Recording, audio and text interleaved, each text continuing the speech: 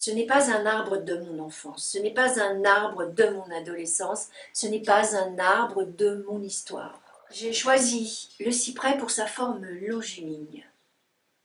Une verticale qui va loin, loin en hauteur et loin, loin, loin en profondeur.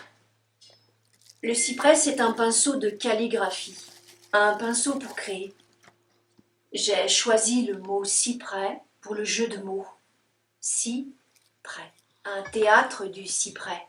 Cyprès des nuages, cyprès des marges, cyprès de la poésie, cyprès des plis, des replis, cyprès de tellement de choses, cyprès du miroir, cyprès du placard, cyprès des vers de terre, des racines abyssales, du centre, et, et si près de vous qu'il viendra vous chercher dans des endroits improbables et parfois des plus intimes. Imaginez un cyprès planté dans un plateau. Autour du cyprès, sur ce plateau, des corps jouent avec équilibre et déséquilibre.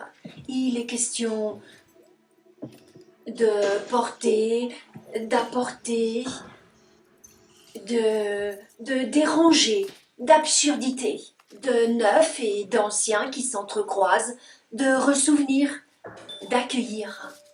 Avec un feuillage toujours vert, avec toujours des fruits, un bois quasi imputrescible, avec une odeur d'encens, au moins depuis l'Antiquité.